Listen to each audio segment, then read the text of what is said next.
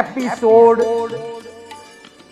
61 શ્રમણ એટલે જે સંયમનું અને સાદગીનું જીવન જીવે તે અમૃત વાણીનું રસપાન કરાવનાર વક્તા પરમ પૂજ્ય શ્રી 1008 અધ્યાત્મ યોગી શ્રી કમલેશ કાંતિલાલ દવે પાદાભ્યામ ન સ્પૃશેદગ્નિમ ગુરુમ બ્રાહ્મણમેવ ચ નૈવ ગાવમ કુમારીમ ચ ન વૃદ્ધમ ન શિશુમ તથા. અગ્નિ, ગુરુ, બ્રાહ્મણ, ગાય, કુંવારી કન્યા, વૃદ્ધો તથા નાના બાળકોને પગથી સ્પર્શ ના કરવો જોઈએ, કારણ કે તે બધા આદરણીય, પૂજ્ય અને પ્રિય હોય છે. વર્તમાન અવસર્પિણી કાળમાં જંબુ દ્વીપના ભરત ક્ષેત્રના ભારત દેશમાં જન્મેલા 15મા તીર્થંકર ધર્મનાથના સમયમાં જે 5મા વાસુદેવ, 5મા બલરામ અને 5મા પ્રતિવાસુદેવ થયેલા, તેમના જીવનની સંક્ષિપ્ત ઝાંખી જાણીશું. આ 5મા વાસુદેવનું નામ પુરુષસિંહ હતું, બલરામનું નામ સુદર્શન હતું અને પ્રતિવાસુદેવનું નામ નિશુંભ હતું. હરિપુર નગરમાં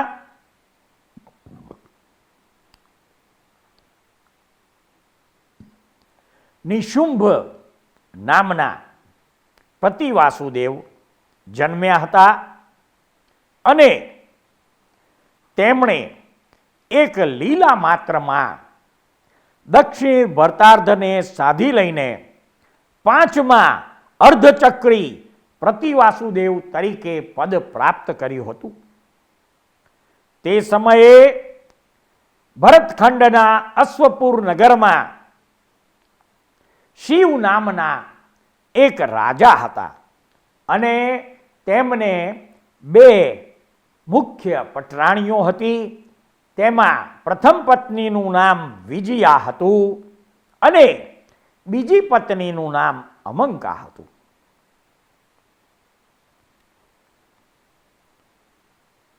વિજયા નામની રાણીની કુક્ષીમાં પુરુષ વૃષભ નો જીવ સહસ્ત્રાર દેવલોકથી ચ્યવીને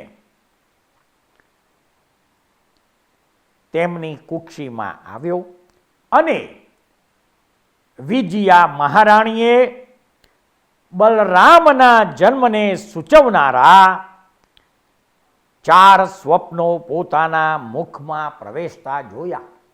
ગર્ભકાળ પૂરો થયા પછી વિજયા દેવીએ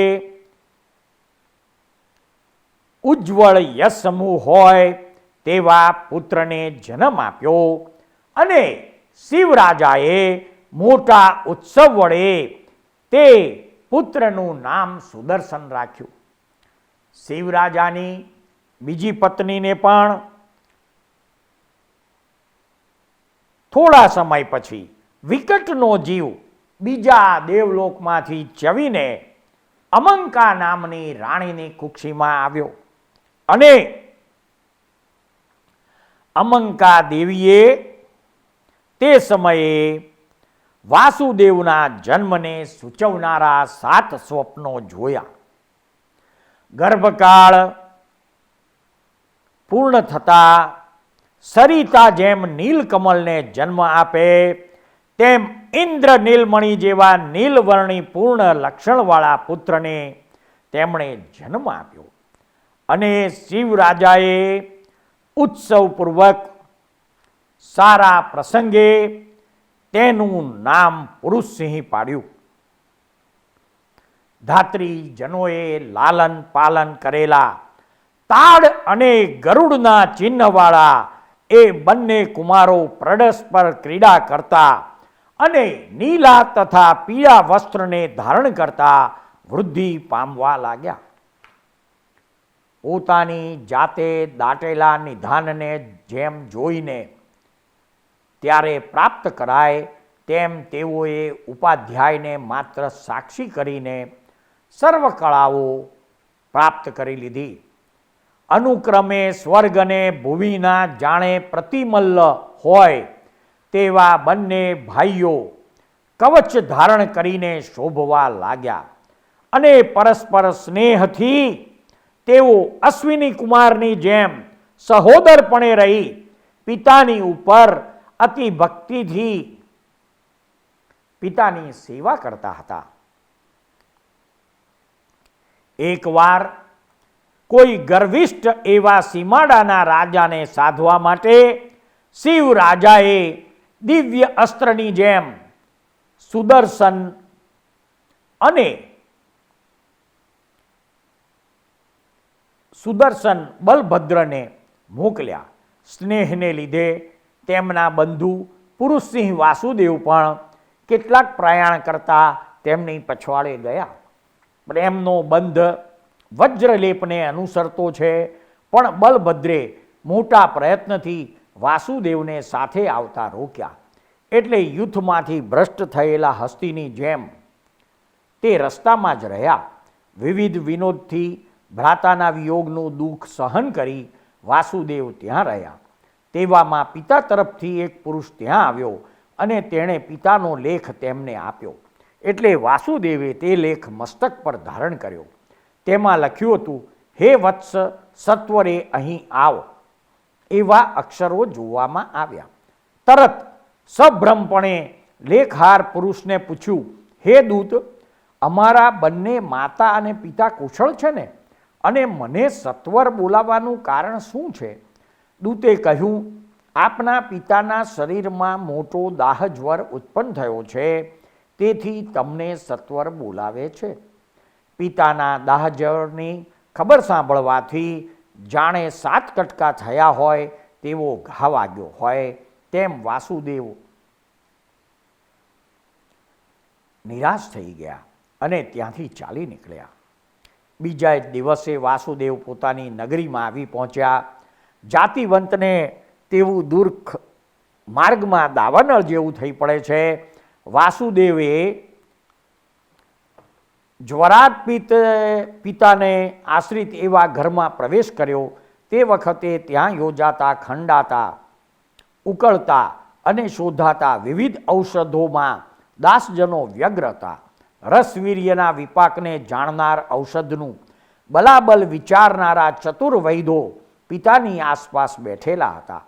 અંગરક્ષકો હાથની સંજ્ઞાથી ઘોંઘાટને અટકાવતા હતા અને દ્વારપાળો ભ્રુકુટીની સંજ્ઞાથી વૈદ લોકોને દૂર બેસવાનું સૂચવતા હતા. આવા ગૃહમાં પ્રવેશ કરી પિતાનું જાણે દુઃખ લેતા હોય તેમ વાસુદેવ તેમના દુઃખથી દુઃખી થઈ ગયા.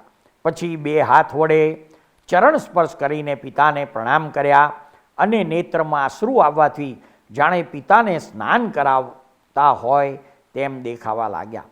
પુત્રના કરસ્પર્શથી શિવરાજાને જરા આશ્વાસન મળ્યું. ઈષ્ટના દર્શનથી સુખ થાય છે તો સ્પર્શથી થાય તેમાં શું આશ્ચર્ય છે? પછી શિવરાજા વારંવાર કર વડે પુત્રનો સ્પર્શ કરવા લાગ્યા અને તેથી જાણે શીતળતા થઈ હોય તેમ અધિક રોમાંચવાળા થયા. થોડી વારે રાજાએ પૂછ્યું, હે વત્સ, દાવાનળથી વૃક્ષની જેમ તમારું ઉદર દુર્બળ કેમ થઈ ગયું છે અને અધર પલ્લવ ફીકા કેમ પડ્યા છે? તે વખતે વાસુદેવનો અનુચર બોલ્યો, હે દેવ, આપની આવી દારૂણ દશા સાંભળી પૂરા વેગથી તમને જોવાને માટે ચાલ્યા અને હસ્તી જેમ વિંધ્યાચળનું સ્મરણ કરતો ઉતાવળો ચાલે તેમ તમારું સ્મરણ કરતા તેઓ ભક્તિ વડે ભોજન અને જળ છોડી દઈને માત્ર 2 જ દિવસમાં અહીં આવ્યા છે. આ પ્રમાણે સાંભળી રાજા બોલ્યા, વત્સ, ફોલ્લા ઉપર ફોલ્લાની જેમ તમે આવો બીજો અનર્થ કેમ કર્યો? માટે સત્વર પરિવાર સહિત ભોજનનો અવસર સાચવો.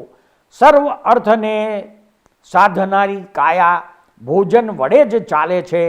પિતાની વારંવાર આવી આગ્રહયુક્ત આજ્ઞા થવાથી મદવાળા દંતીની જેમ તેણે દુઃખ સહિત કાંઈક ભોજન કર્યું, પરંતુ શ્રીખંડ પણ લીધા વગર અને બીજા વસ્ત્ર પહેર્યા વગર દુઃખ વડે તપ્ત સ્થળમાં રહેલા નોળિયાના જેવી સ્થિતિ ભોગવતા માત્ર ભોજન કરીને જ દિન થઈ ગયેલા સર્વ પરિવારને સાથે લઈ પોતાના વાસગૃહમાંથી પગે ચાલી પિતાના વાસગૃહ પાસે આવ્યા. જ્યારે તેમને પ્રવેશ કરતા હતા તેવામાં માતાના દ્વારપાળોએ આગળ આવી રુદન કરતા કરતા કરુણ સ્વરથી વિજ્ઞપ્તિ કરી કે હે કુમાર, રક્ષણ કરો, રક્ષણ કરો. હજી મહારાજા જીવતા છતાં દેવી નઠારો વ્યવસાય કરે છે તે સાંભળી વાસુદેવ સંભ્રમ પામી માતૃગૃહમાં આવ્યા. ત્યાં માતાને નીચે પ્રમાણે વચનો બોલતા જોયા. પતિના પ્રસાદથી મોટા રત્નરાશિ, અનંત સુવર્ણ, રૂપાના સંચય, મોતી, હીરા, જાતિવાન રત્નોથી જડિત એવા હજારો પોશાક અને તે સિવાય જે સર્વ ખજાનો મેળવેલો છે તે સર્વ ક્ષેત્રમાં અર્પણ કરો, કારણ કે મહામાર્ગે પ્રયાણ કરનારને એ મુખ્ય પાથેય છે. પતિના મરણ પામ્યા પછી હું જરાવાર પણ વૈધવ્યને સહન કરી શકું તેમ નથી. તેથી હું તેમની આગળ જવા ઈચ્છું છું. માટે હે સેવકો, તમે સત્વર અગ્નિ સજ્જ કરો.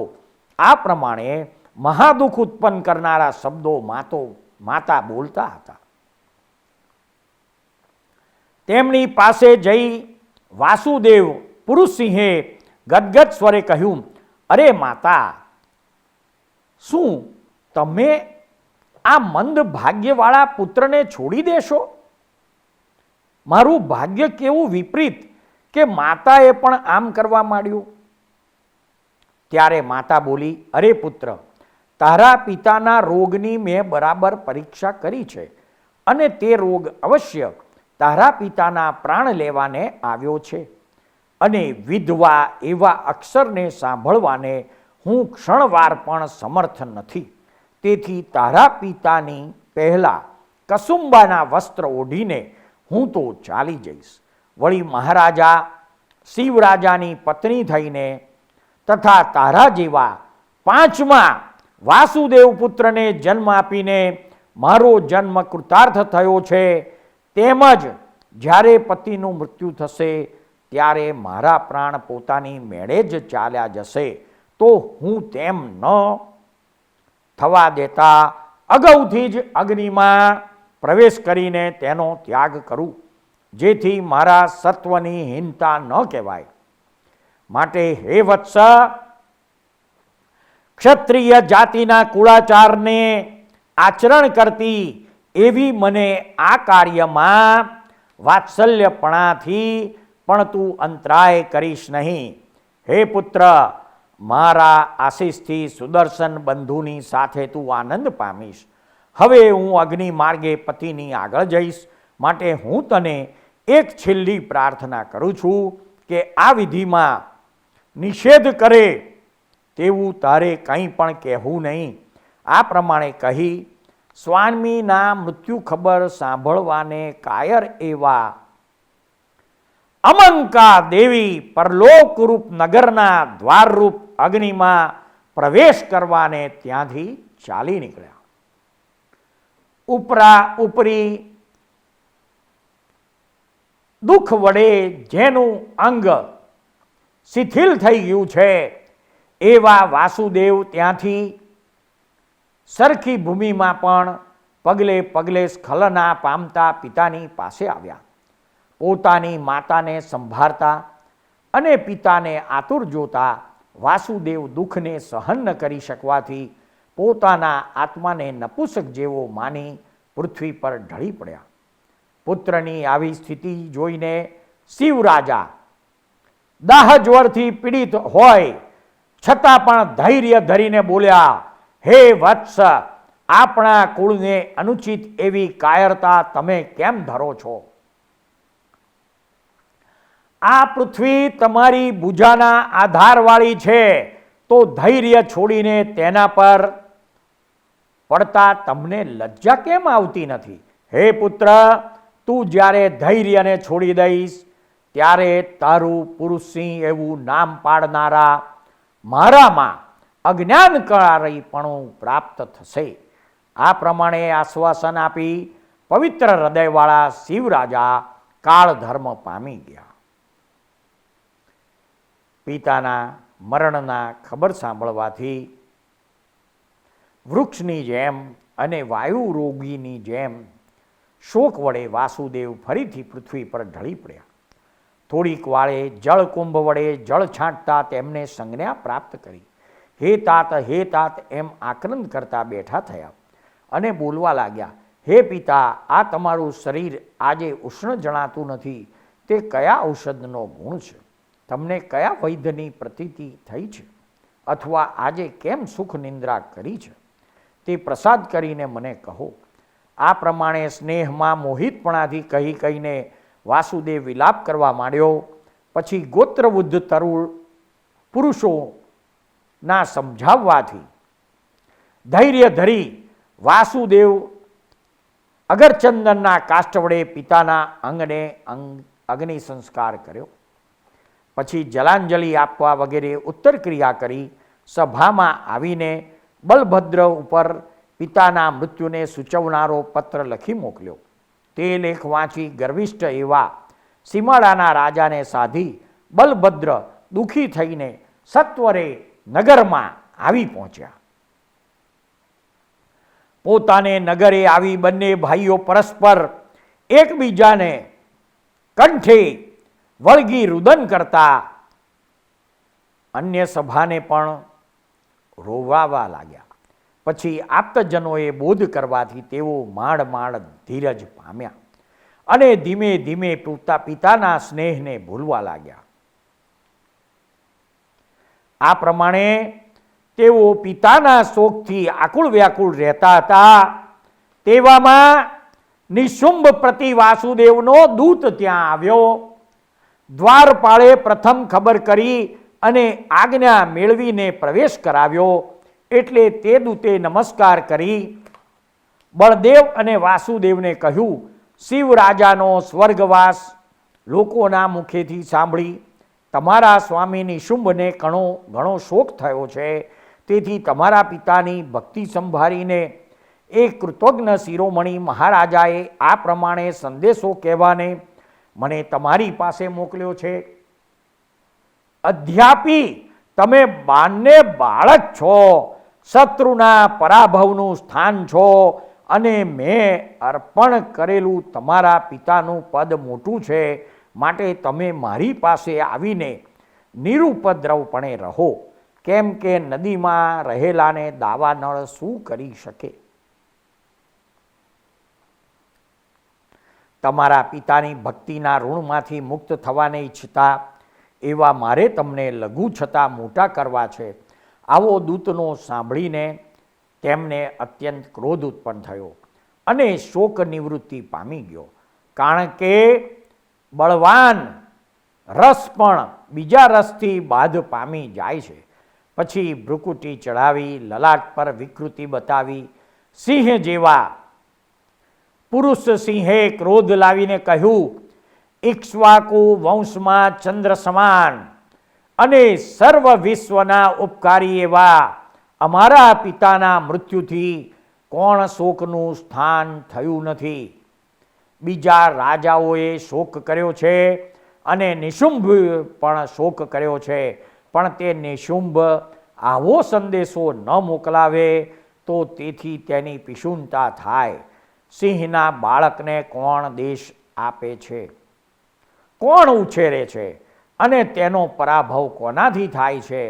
અત્યારે અમારી પાસે આ પ્રમાણે બોલતો કેમ લજ્જા પામતો નથી? આપતપણાના મીસથી તે ખરેખર અમારો અપમાન કરનાર શત્રુ છે. કદી તારો સ્વામી અમારો મિત્ર હોય, અમિત્ર હોય કે ભલે ઉદાસી હોય, અમે તેમાં નિરપેક્ષ છીએ, કારણ કે ભુજ પરાક્રમી વીરોને પોતાની ભુજાની જ અપેક્ષા છે. આવા કુમારના વચનો સાંભળી દૂત બોલ્યો, તે પિતા સમાન અમારા સ્વામીને શત્રુરૂપ માનતા એવા તમે પોતાના કલ્યાણમાં અકલ્યાણની ઈચ્છા કરી તમારું બાળકપણું સ્પષ્ટ રીતે બતાવો છો. અરે કુમાર, હજુ તમે રાજનીતિ જાણતા નથી. શા માટે હાથે કરીને ઉદર ચોળીને શૂળ ઉત્પન્ન કરો છો? હું તમારા વચનો મારા સ્વામીને કહીશ નહીં. હજુ મારું વચન માનો અને તેના પ્રસાદથી બંધુ સહિત તમારું ક્ષેમ કુશળ લાંબા કાળ સુધી થાવો, નહીં તો થોડા સમયમાં એ તમારો શત્રુ થશે અને જ્યારે યમરાજાની પેઠે તે રોષ કરશે ત્યારે તમારું જીવવાનું અસંભવ થઈ પડશે. આવા દૂતના વચનોથી વાસુદેવને વિશેષ ક્રોધ ઉત્પન્ન થયો અને કહ્યું, અરે દૂત, તું પોતાના જીવિતામાં પણ અપેક્ષા રહિત એવો ખરેખરો દૂત છે. વાણીના પ્રપંચમાં ચતુર એવા તારી જેવા દૂતની વાણી માત્ર ફણાટોપ કરનારના નિર્વિષ સર્પની જેમ બીકણ રાજાઓને બીવડાવે છે. અરે દૂત, જા, મારા કહેલા વચનો ગોપવીશ નહીં. બધા તારા સ્વામીને કહેજે, તે કદી અમારો શત્રુ થશે તો અમોએ તેને વધ્યકોટીમાં પરિપૂર્ણ રીતે ગણી લીધેલો જ છે. આવા વાસુદેવના વચનથી દૂત ત્યાંથી ઊભો થયો અને વેગથી પોતાના રાજા નિશુંભ પાસે આવી પહોંચ્યો અને પતિ વાસુદેવ નિશુંભને સર્વ વૃત્તાંત કહી સંભળાવ્યું. આ સાંભળતા જ નિશુંભ રાજા ઘણો ક્રોધે પડ્યો અને તત્કાળ સેના વડે પૃથ્વીને આચ્છાદન કરતો તે અશ્વપુર ઉપર ચડી આવ્યો. નિશુંભને આવેલો સાંભળી શત્રુનો વિજય કરનાર વાસુદેવ પોતાના જ્યેષ્ઠ બંધુને સાથે લઈ સદ્ય સર્વ સૈન્ય સહિત સામા ચાલ્યા. પરસ્પર મંથન કરવાને ઉદ્યત થયેલા નિશુંભ અને પુરુષસિંહ હાથીની જેમ અર્ધમાર્ગે એકઠા થયા. બંનેના સૈનિકો ભૂમિ અને આકાશને ક્ષોભ કરતા સિંહનાદ, ધનુષ્યના ટંકાર તથા હાથોનું આસ્ફાલન કરતા પરસ્પર યુદ્ધ કરવા લાગ્યા.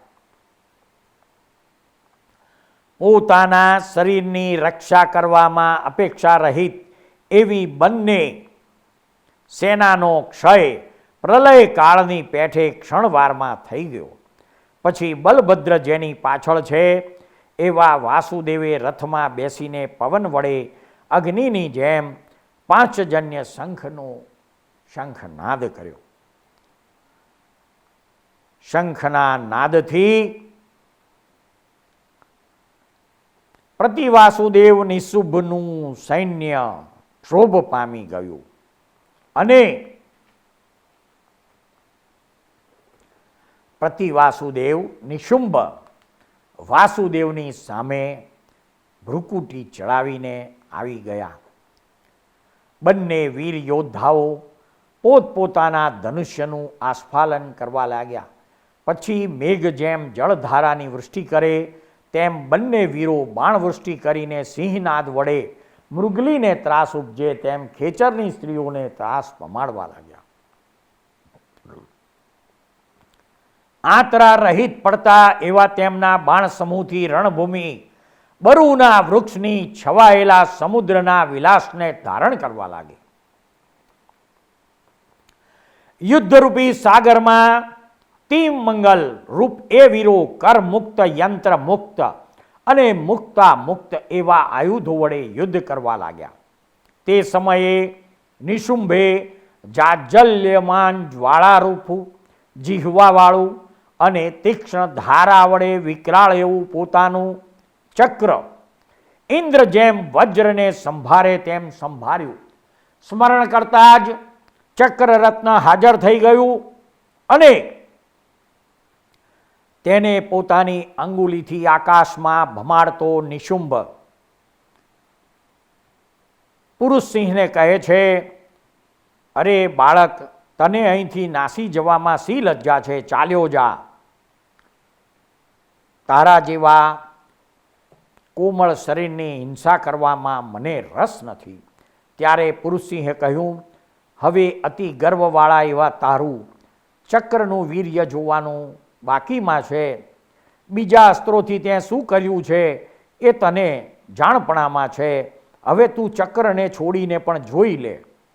આવા વાસુદેવના કઠોર વચનો સાંભળી નિશુંભે સર્વબળ વડે ચક્રને છોડી દીધું. ચક્ર પોતાના અગ્રભાગ વડે વાસુદેવના હૃદયમાં વેગથી અથડાઈ નિષ્ફળ થઈ ગયું.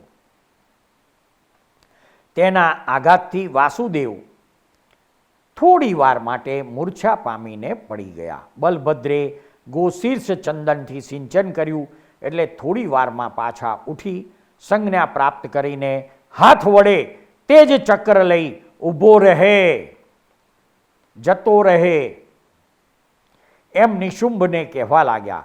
પણ સામેથી છોડ છોડ એવા વચનો આવતા વાસુદેવે નિશુંભ ઉપર ચક્ર છોડી દીધું અને તે ચક્રએ નિશુંભના મસ્તકને છેદી નાખ્યું. આકાશમાંથી પુષ્પવૃષ્ટિ થઈ. તે જ પ્રયાણે કરીને વાસુદેવે ભરતાર્થને સાધી લીધું. દિગ્વિજય કરીને પાછા ફર્યા. મગધ દેશમાં આવતા ત્યાં વાસુદેવ પુરુષસિંહે કોટિશિલા જોઈ. કોટિશિલાને લીલા માત્રમાં પોતાના ડાબા હાથ વડે ઉપાડી અને પાછી યથાયોગ્ય સ્થાને મૂકી અને પોતાના નગરમાં પાછા આવ્યા. તથા બલભદ્રે અને બીજા ભક્તિવાળા રાજાઓએ વાસુદેવ પુરુષસિંહનો અર્ધચક્રીપણાનો અભિષેક કર્યો. તે સમયમાં 15મા તીર્થંકર ધર્મનાથ ભગવાન 2 વર્ષ સુધી છદ્મસ્તપણે વિહાર કરી પ્રકાંચન નામના ઉપવનમાં આવ્યા અને ત્યાં તેમને કેવળ જ્ઞાન ઉત્પન્ન થયું. કેવળ જ્ઞાન ઉત્પન્ન થતાં તેમણે પ્રથમ દેશના આપી. આ દેશનામાં સાંભળવા અર્થાત આ દેશના સાંભળવા પુરુષસિંહ અને સુદર્શન સહિત અનેક લોકો આવ્યા હતા. દેશના સાંભળ્યા પછી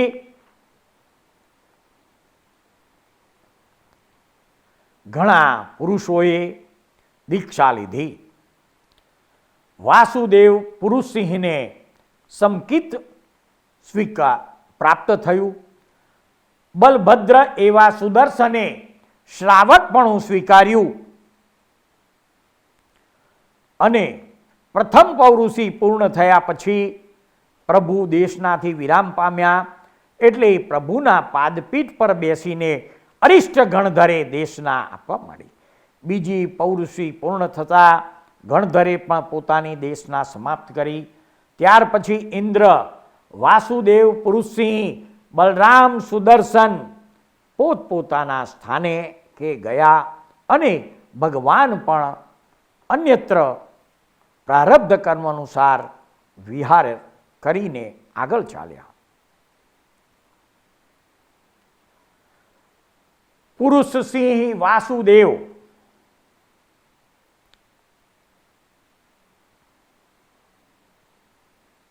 કૌમાર વયમાં 300 વર્ષ, માંડલિકપણામાં 1250 વર્ષ, દિગ્વિજયમાં 70 વર્ષ અને રાજ્યમાં 9,98,380 વર્ષ એ પ્રમાણે 10 લાખ વર્ષનું આયુષ્ય પૂર્ણ કરી મૃત્યુ પામી છઠ્ઠી નરકમાં ગયા.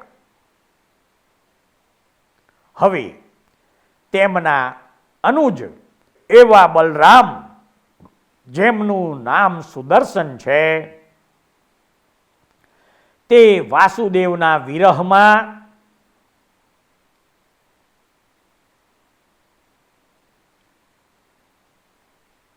કીર્તિધર નામના સાધુની પાસે દીક્ષા ગ્રહણ કરે છે અને 17 લાખ વર્ષના આયુષ્યને પૂર્ણ કરીને કેવળ જ્ઞાન પામીને મોક્ષે ગયા. સૃષ્ટિના અદ્ભુત રહસ્યો નામાભિધાનથી અલંકૃત થયેલી ધારાવાહિક કથા ના આ એપિસોડને શાંતિથી ધીરજપૂર્વક સાંભળનાર પ્રત્યેક શ્રોતાનો તથા આ એપિસોડ નિહાળનાર પ્રત્યેક દર્શકોનો અમો સાચા અંતસ્કરણપૂર્વક ખૂબ ખૂબ આભાર માનીએ છીએ. જય સચ્ચિદાનંદ.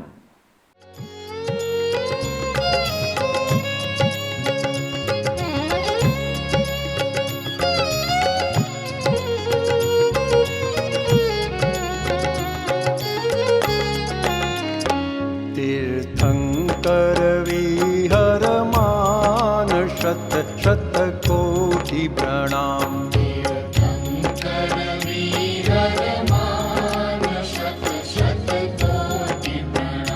जय कुल्ला केवल ज्ञान.